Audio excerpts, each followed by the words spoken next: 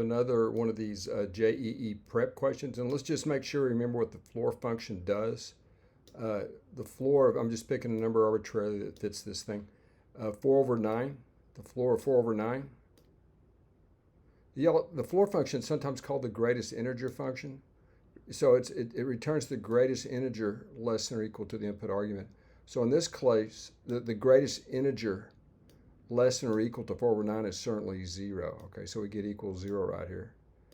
And that's certainly because 0 is an integer, and that's because 0 is less than or equal to 4/9.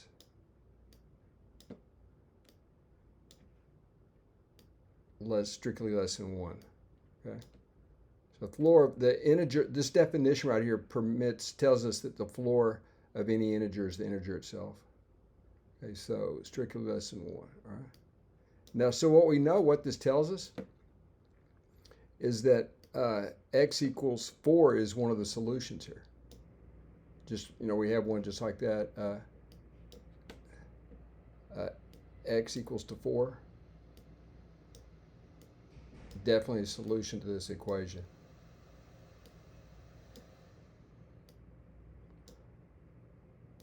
Okay.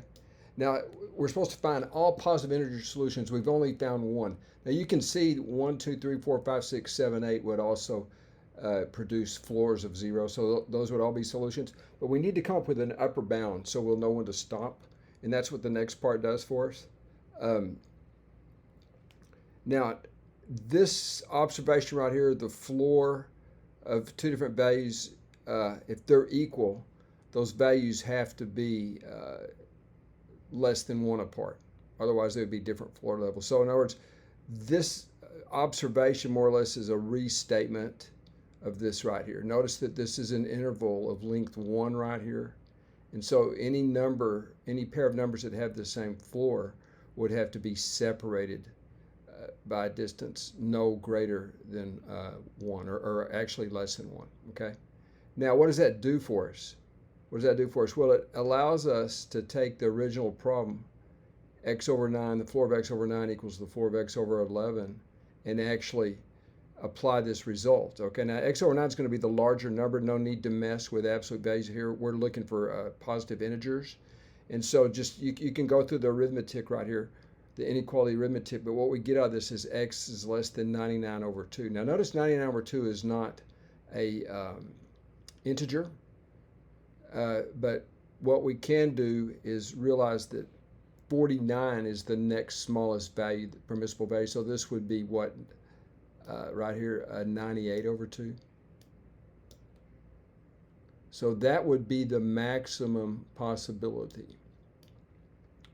98 over 2. Okay, 98 over 2 equals 49. And that's the value you see right here.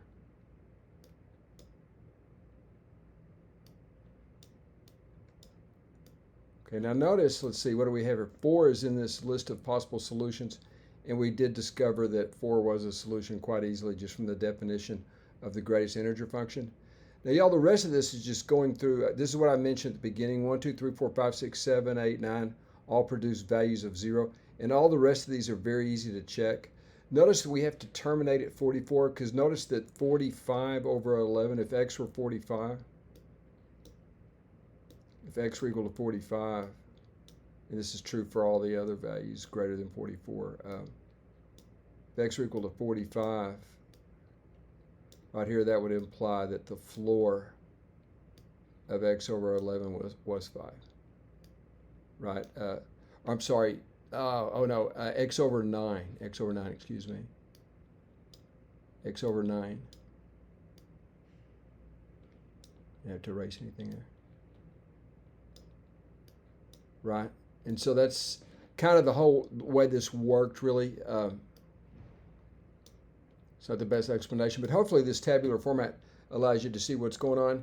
And also, the original problem, I think, in the black book called for the number of solutions, and I believe there's 24 total right here. If you count all these, there's 24 solutions.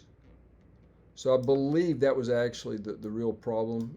I modified it just to find all the solutions. So There's 24, we'll call it SOLN. Solutions abbreviated. Okay, so that, I think that's the answer to the original question, but I've also enumerated, I learned how to use these tables in Microsoft Word, so I wanted to show that off. But anyway, folks, that is all. 24 solutions to this thing. We listed all of them down here in this table. Hope you enjoyed.